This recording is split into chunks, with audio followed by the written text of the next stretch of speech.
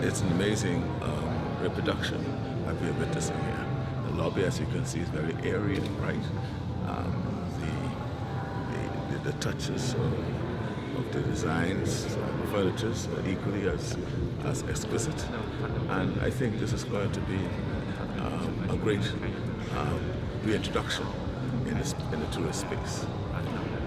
I'm pleased at the speed in which they were able to complete all the renovations. There's a lot of, they spent a lot of money to get it to where it is, and we hope that it'll be open by the 18th. The official opening will be by the 18th. I know there'll be a soft opening before that. And guess what? Jobs. The Bahamians. They're committed to hiring at least 300 Bahamians between now and the soft opening.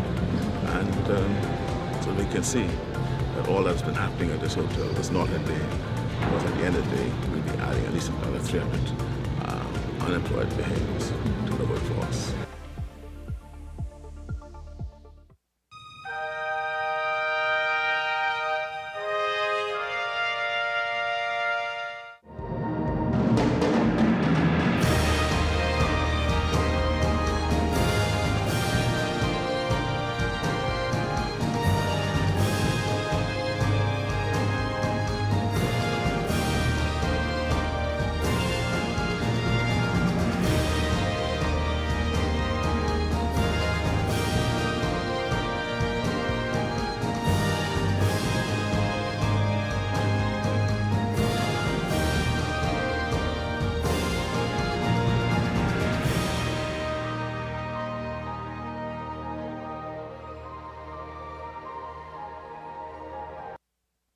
The Office of the Prime Minister Press Office is the primary liaison between the Fourth Estate and the Office of the Prime Minister and Cabinet. Every day, we are working to build a more inclusive economy and a stronger, safer country. Hear all of the latest developments as the Davis administration carries out the broad mandate of progress and change. Our live weekly press briefings provide full access to current newsmakers on the most topical issues of the day. We facilitate prompt responses from cabinet ministers on the latest reports and get answers on the issues that matter to you. Will any penalties be levied against the OPM Press Now, keeping you in the know.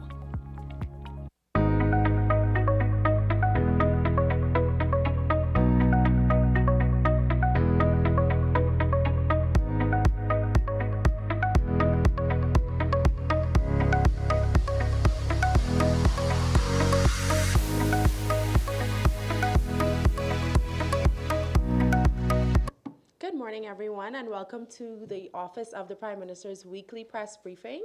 I'm Natalia Clark, and today we have our guests who are very armed with the information you would need to do your very jobs. And without further ado, I'm now going to turn it over to Acting Press Secretary Keishla Adderley.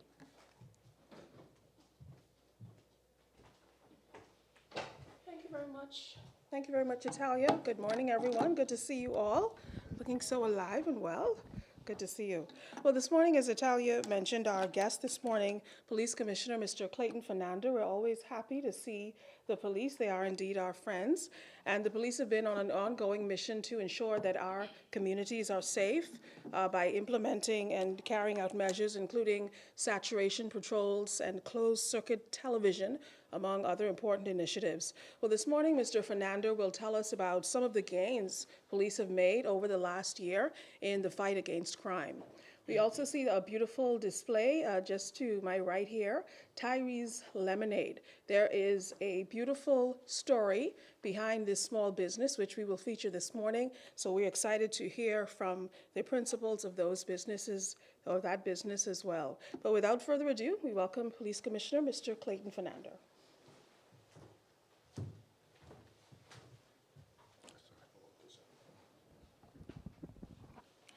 Good morning, members of the press. Good morning to the Bahamian people in my hearing.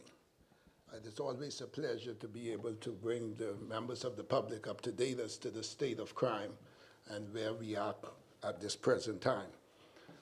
With respect to saturation patrol, this was much talked about since being implemented in May of this year. And I must say from the onset that based on the implementation of Saturation Patrol, you could see the reduction of crime. It continued to trend in all categories of major crimes.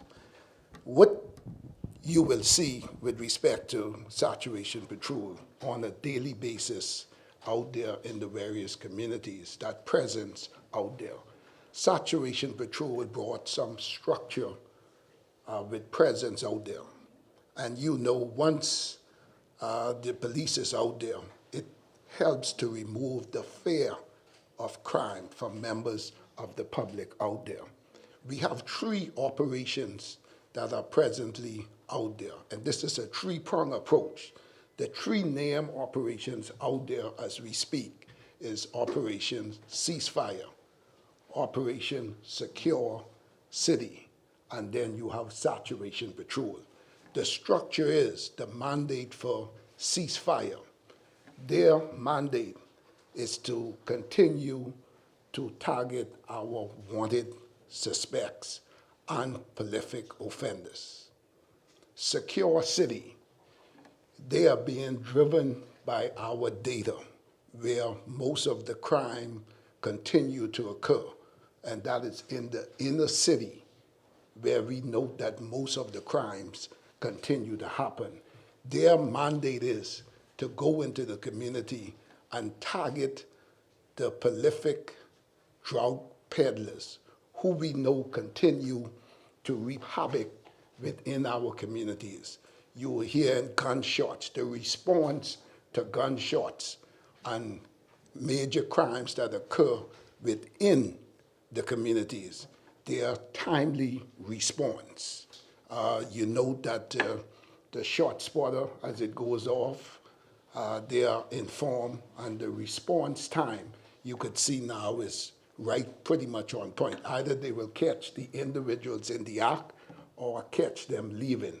And we had successful results where individuals were caught in the very act and some leaving the scene. All you won't be able to catch, but most of them, I believe that we are on to it. And then you have Saturation Patrol. After ceasefire and Secure City would have done their job, Saturation Patrol is to hold the line within the communities, to remove the fear of crime, that presence with the police, consistent presence in the community will be able to try to limit the peddlers returning back, selling drugs, and minimize the shots that continues to go in the communities. And they will clear the way for urban renewal. Urban renewal, we are now partnering with all of our government agencies and the private sector. They will be able to go in and reform our communities in terms of moving direct vehicles, the abandoned buildings, clear down properties. And that will be accompanied by persons who live in that area. So you will see that coming on stream, partnering with urban renewal, all of the government agencies and the public sector as we move forward in the fight of this crime. As I indicated, the major crimes are trending down. At this present time, the murder count stands at 92. I don't like to count murders. One murder is too much, but this compare with last year at this very time, it was 110 last year. So you could see that the murder count is trending down as we speak. It's trending down. We continue to be tasked with our same prolific offenders who continue to get bail and return in their old ways and continue to commit crime. And it's clear that all of the individuals, as we always say, it's like a death sentence. An individual gets bail, and in a few days or weeks, he ends up dead. And that is something that we want to discourage. We continue to do our job. I always say that prevention is key. We want to prevent these matters. If you look at our solvency rate thus far for the year, it's in the high 60s. So the detectives and the officers are doing their jobs and finding these individuals and clearing these matters in a timely manner and putting them where they belong, at Fox Hill. And days later, weeks later, these same individuals are back out there in their old ways and end up dead. We are losing too much our young men on both sides of the coins as victims and the accused persons. Sometimes we always forget the victims. We have to show some support for our victims. I was a victim. I was shot. I still can't get a full fist. So I know, and the individuals who are responsible are behind bars and still behind bars. But you have some victims out there who they are seeing their attackers on a daily basis. So we have to show some support for our victims. I just want to show you a clip where we continue to speak about our prolific offenders. This is an individual who was charged 3 times for the year for armed robbery at a business location where citizens went to the ATM machine and were robbed. This individual was charged 3 times at the very same establishment, arrested, charged, and given bail on the 3 occasions, one being just recent. Something is definitely wrong with that, and you continue to see that same cycle. That same cycle. We are nearing the end of the year.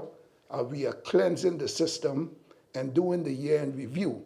I will speak more to the statistics, the numbers, and how we could move forward in trying to prevent some of these individuals from, because they continue to get bail and go back in their old ways. Go to the clip for me, please. This is at an establishment, an ATM machine, as I indicated. The gentleman there is just getting a few dollars.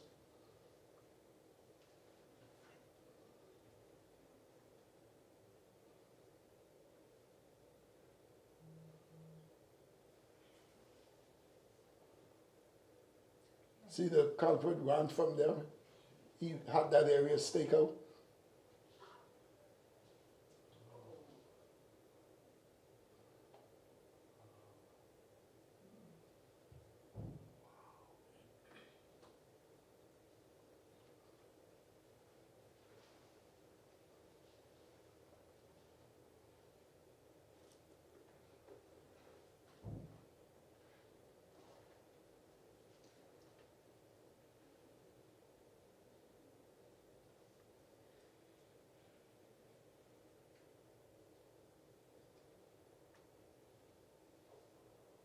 And you see how he is all gloves up, hoodie.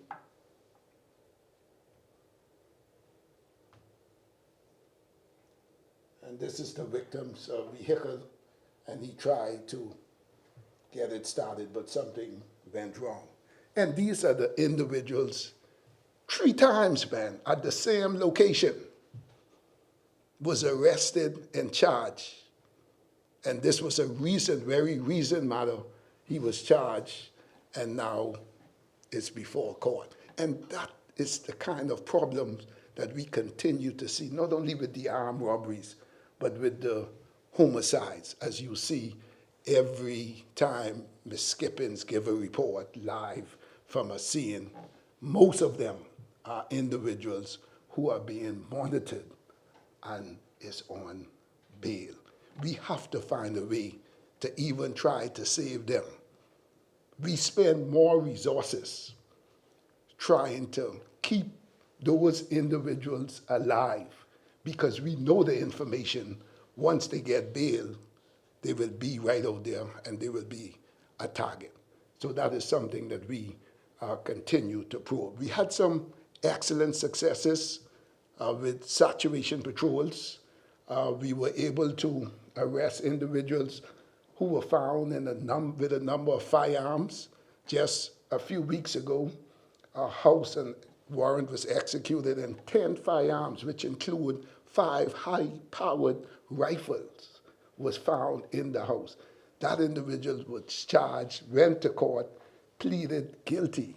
And again, we feel that some of the crime that occur, the punishment don't fit the crime, because that individual was given 3 to 4 years in prison for 10 firearms and hundreds of ammunition.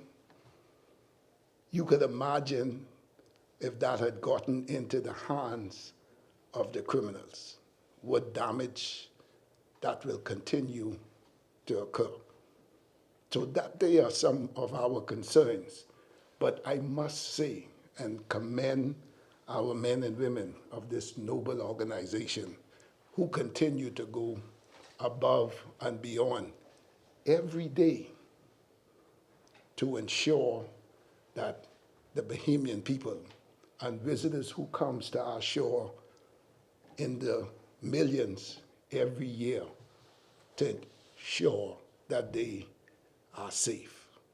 We will not be deterred. We will continue to do what we have to do within the law to ensure you, the Bahamian people, and our visitors continue to be safe. I just wish to bring you up to date with some of our recent investigations that are going on. I will start with the boating accident. What a sad situation. And I wish at this present time to give condolences to the family of the elderly lady who died during the boating accident. You are aware of the facts, and we know that there was 119 passengers on board that vessel when it overturned, and the lady, 70-some-year-old lady, died in that incident. The autopsy has already been done. I don't wish to disclose the results of the autopsy at this time. We'll still have to wait and communicate with family members, but I can assure you that it's not as a result of drowning. It's not as a result of drowning. We want to respect the family at this time, but I've already met with the investigators from our side of the fence, along with the Port Department and the maritime investigators. We are working this as a team, along with the U.S. Embassy. They are on board as well. As we speak, there's preparation being made for the boat to be removed from waters, assisted by divers and also the crane to try to bring it on land to assist with the investigations at this time. So we will leave it as that at this present time, but that matter is still very much active. With respect to the 2-year-old child who was found dead with apparent injuries about the body in the Fox Hill area, what a sad situation. Parents, and I'm going to send it out there, we have to do a better job in managing and taking care of our children. It was very sad to see that. Sitting in my living room last night and watching the news, some of you, the reporters, went back into the area and interviewed some of the neighbors. And based on the response from them, I'm kind of concerned about that. You know, some of them saying that they always see the child late at night, around 10, 11 in the night, left unattended. You have to speak up, man, as neighbors.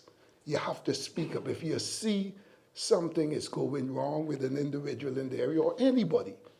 You know, that's a well-knitted community, that Fox Hill area, and the police are well involved in the community with the police, with the members of the public. So please, man, you should reach out and say something to somebody so that we could pay attention to these young kids. At present, the mother and father is in police custody. We are working this along with social service as well, because there's 4 other young kids living at that residence. And I don't feel, based on what I've seen and what was brought to my attention, the parents are not fit to keep these individuals, these children. So that's why social service on board, and they will do their investigation, and they will determine whether the parents should remain, the kids remain with the parents. But that investigation is very much active. We don't know the cause of that at this time. The pathologist, Dr. Sands, we invited her on scene, and she did a preliminary assessment of the young child, and she is not clear as to what the injuries are at this time, and the autopsy will take her more in depth to determine the cause of death. But it was so sad to see that young infant child lying there after being missing for a few hours. It's so sad. And again, I say to the parents for any kids, man, it hit home to me, and I know it hit home to many of you, that it shouldn't happen. And we as neighbors, we gotta go back to knowing our neighbors, man, to be able to look out for one another. As we say, it takes a village to raise a child. We keep saying this, but are we doing it? We keep saying it, but are we doing it? We're saying that we are a Christian nation. Let's do just that and live it. And don't wait for something to happen and then you want to speak out. It should not happen. But that matter is under active investigation. The latest homicide yesterday in Nassau Village, that matter is, again, very active. Officers at this time are on the ground in that area. We know that the individual, again, is on bail for murder. We say again, being a target. We are following some significant leads with that, and we are asking, again, an appeal to members of the public in that area who was around or have any information that they wish to share to assist in bringing speedy closure to this matter. We welcome that information, but that matter is still much and very much active. As we move into the Christmas season, we will continue to be out there, not only in the business areas or the mom and pop shops within our communities. We will be up and about. All of my senior people will be out of office. We're going to clear it. And I want to say to business owners, please get to know your commander. Could you put the poster up for me, please, on the screen? I need every business owners within the various divisions of the Royal Bahamas Police Force. Please get to know your commanders. Know his phone number. Know his email. Please reach out to them, and they will assist. They will assist you in getting you to the bank to make your deposit. They will assist you in closing time to ensure that you are safe. If you are not comfortable driving home late at night, to please reach him or her, and we will ensure that officers assist you. And if you have problem with that, please call me. Reach out to me, we will make it happen. If you have to go to the bank late at night, they will escort you to the bank to ensure that you are safe. I know that as business owners, the hours will become later as you open to accommodate the Bahamian people, and we will be there to support you to ensure that you are safe. To ensure that you are safe, that you are not robbed, and you don't know what could happen during the course of the robbery, because sometimes the gunmen are more afraid than you. And when all of a sudden weapon go off and you are shot and killed. So we are out there to support you. Listen to the tips that are being highlighted on a daily basis, how you could secure your business. You're talking about cameras. Just yesterday, I had my Assistant Commissioner, Mr. Shawago Diams. He highlighted the platform with our CCTV so that business owners could partner with us, so that we could have an extra eye on your business establishment. If we see persons hanging in your parking lot or parking your lot for a while, something is wrong with that. That's a red flag. We are watching that. So we will be able to respond and maybe catch him right there with his gun, his mask in the vehicle.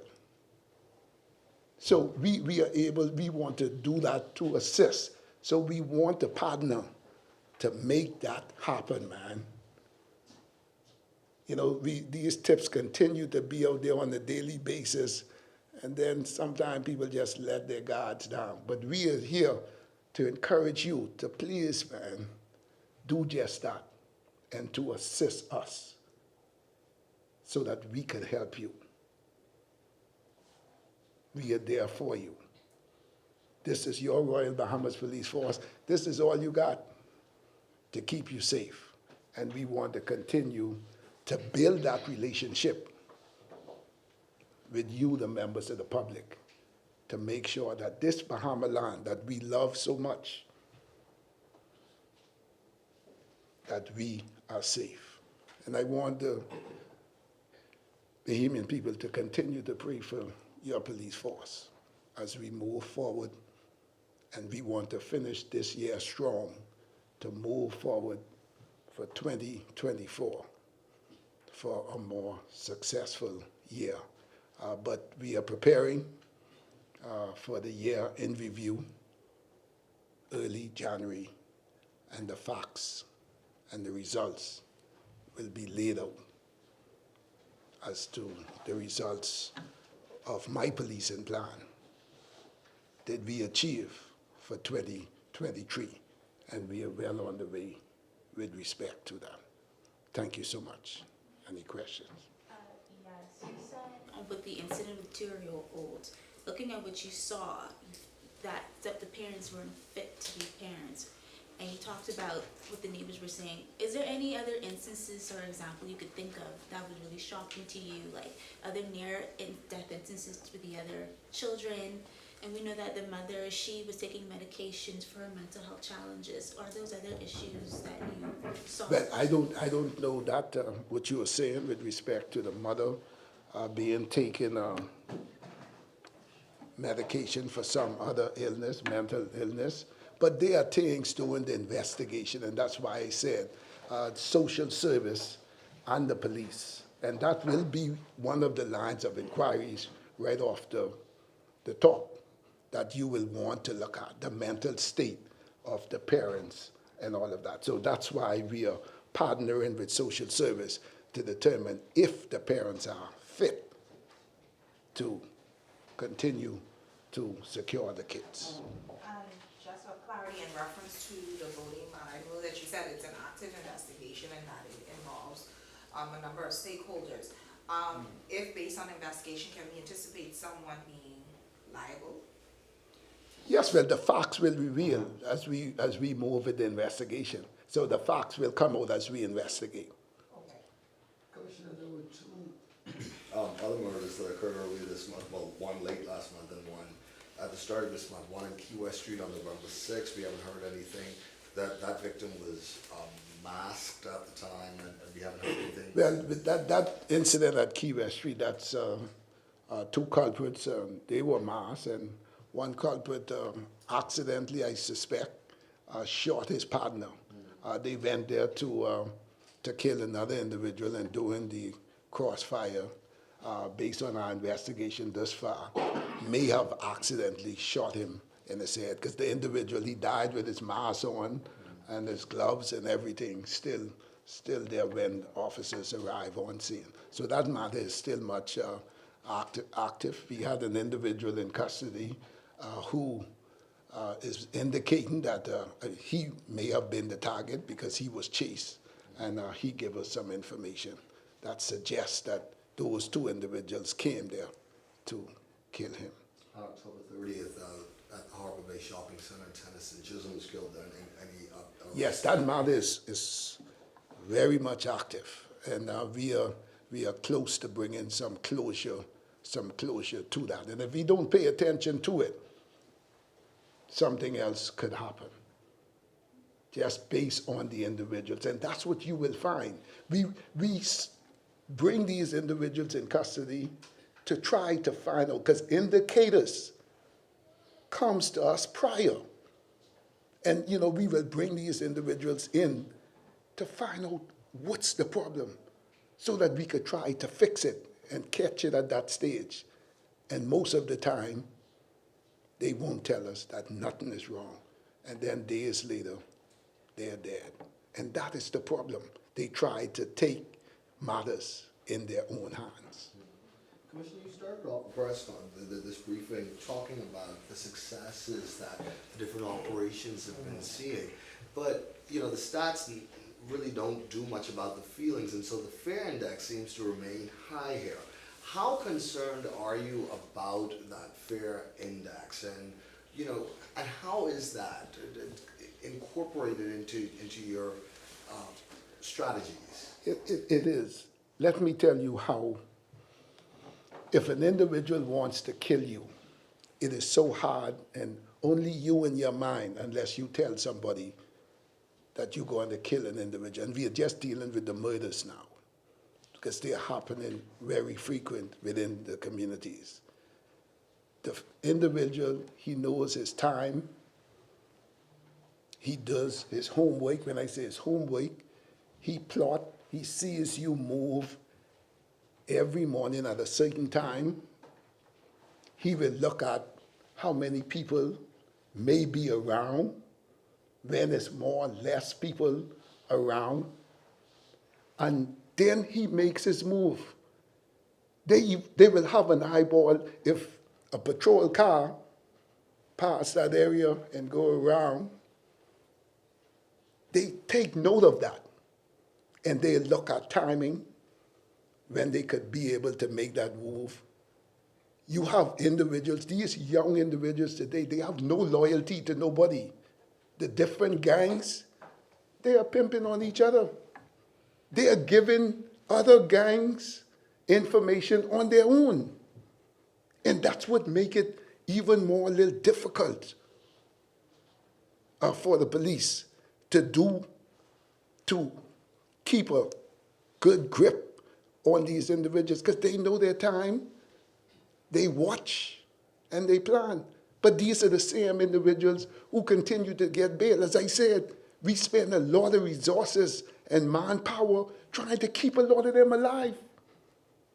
Although they are being monitored, sometimes they intentionally let their monitors go down to get off the grid to commit a crime. So they are the challenges that we are faced with. And then all of a sudden, after the crime, they appear back on the grid. How much individuals you saw that breached their bail be put back before the court? And then 2 days later, they are backed out. Initially, when they're given bail, they said, if you breach this, your bail will automatically be revoked.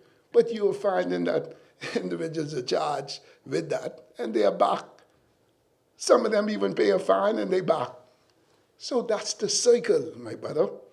And it will continue to happen if we don't put a stop to it. And some other agencies have to step up. And no two-way about it. I have a question. You indicated that there are 92 homicides on record for this year, and it's less than what it was last year.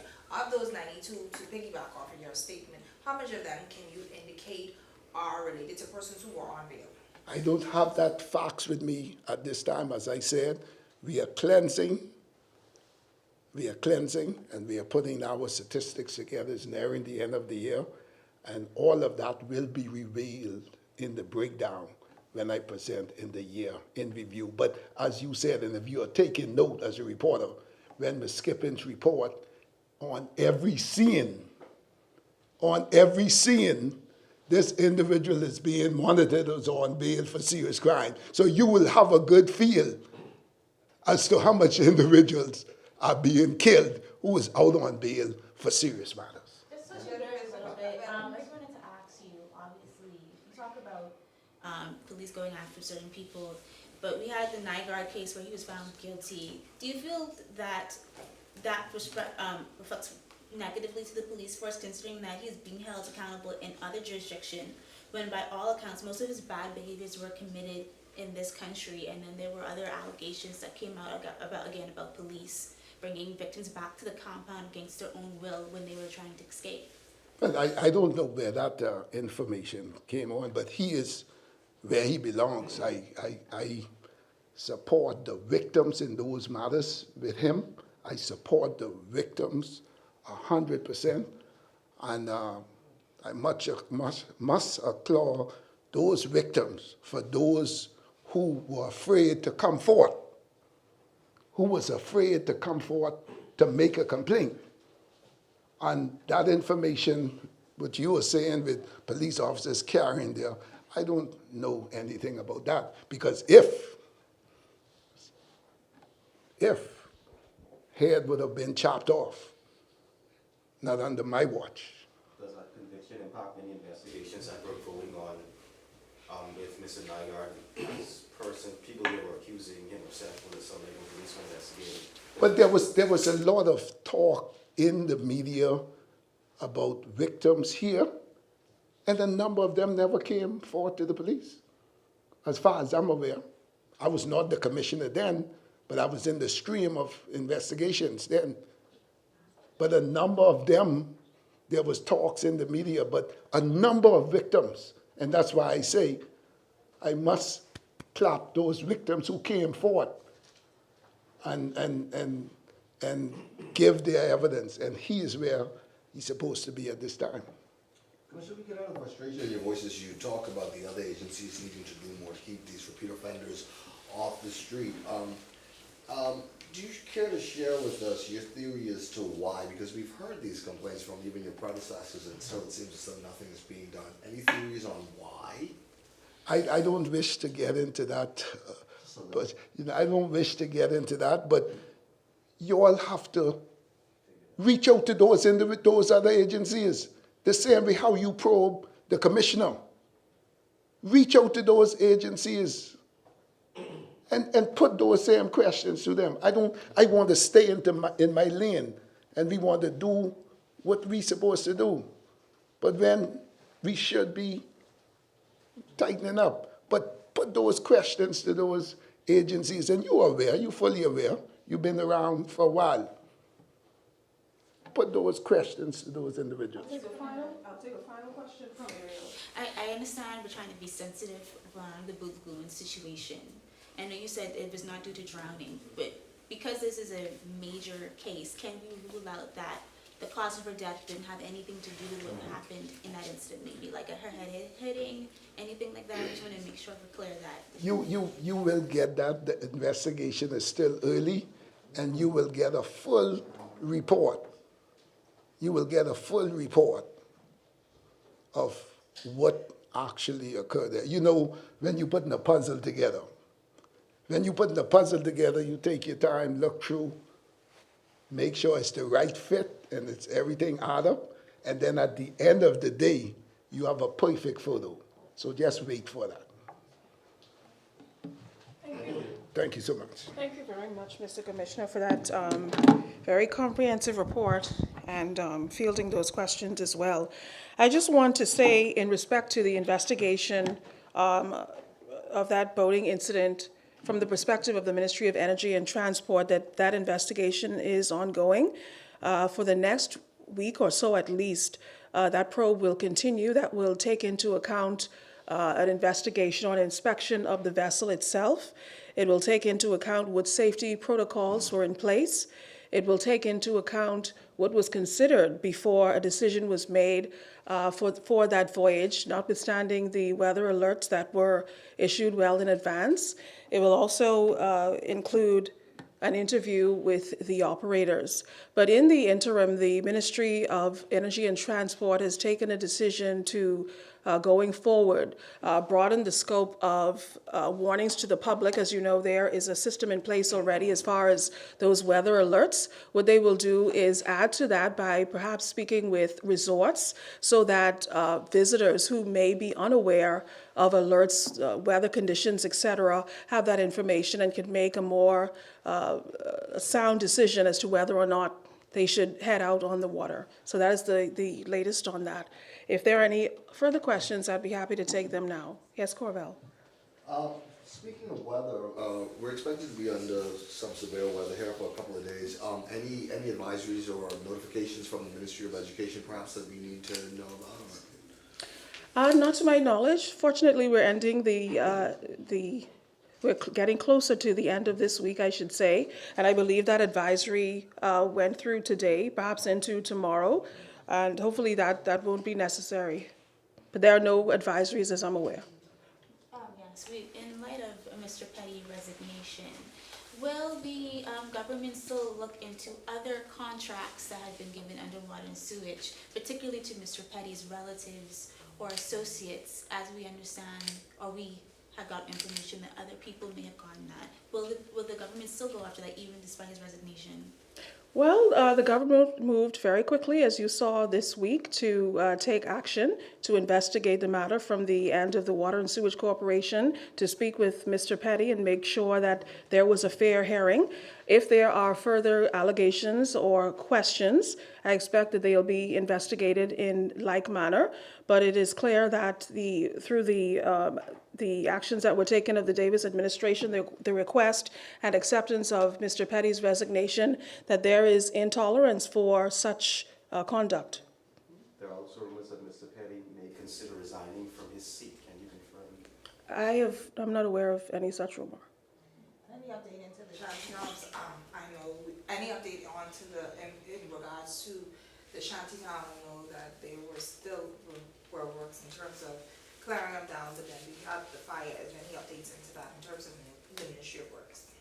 I don't know if there's anything further on that. There was the fire, there was the subsequent clearing of the area. There was a demolition which took place in another area of New Providence. The work continues to see which other areas, of course there are many of them in New Providence, need to be cleared to make sure that all the clearances are made ahead of further demolitions, but it is definitely something the government will move aggressively toward getting completed. Can you tell us about the Prime Minister's trip? I don't have full details on that. He will be back in the capital this weekend. He has traveled to Saudi Arabia, and the visit is linked to his campaign on climate change. We'll have full details on that in the coming days. Further questions? All right. So I will refresh everybody today with Tyree's freshly squeezed lemonade. So we want to welcome our small business vendor today with her beautiful tropical drinks and a wonderful personal story, which also goes along with how this business got started. Welcome. Please introduce yourself and tell us your story. Good afternoon, all. My name is Samantha Johnson, My son's name is Tyree Johnson. About 3 years ago, we noticed a change in his daily behavior and interaction. We brought it to the attention of his pediatrician immediately. They began testing, and we found out that he had ASD, which is autism spectrum disorder, and ADHD. Everything that was required of him became very costly, such as schooling, therapy, sessions, doctor visits, etc. We began to brainstorm ways to defray the expensive bills. That was when we started to think of lemonade, and we decided to turn lemons into lemonades. We had our first pop-up in July, and this is how it all began. All the funding that we generate through selling the lemonades goes towards our son. The new profound passion of mine is also geared towards bringing awareness to autism and the signs to look for. This is not something to be ashamed of. I encourage parents and family members to identify the signs and seek professional advice. We do pop-up, cater to birthday parties, corporate events, school functions, and much more. We provide a variety of flavors such as watermelon, mango, berry, kiwi, cucumber, Hawaiian storm, and regular lemonade. Today's flavors are tropical apple, cucumber bush, mango, blooming berry, and regular lemonade. If you wish, you can WhatsApp us at 432-5852 to place your order. And lastly, I would like to thank the Prime Minister and his staff for highlighting my son's story. Thank you. Any questions, maybe? Okay.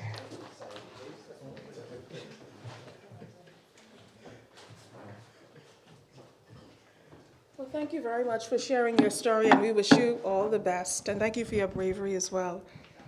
Well, if there are any, I'm not going to ask if there are any further questions. We had many questions today. But thank you, everyone, for coming. And please try out Tyree's freshly squeezed lemonade. Have a great day. Thank you.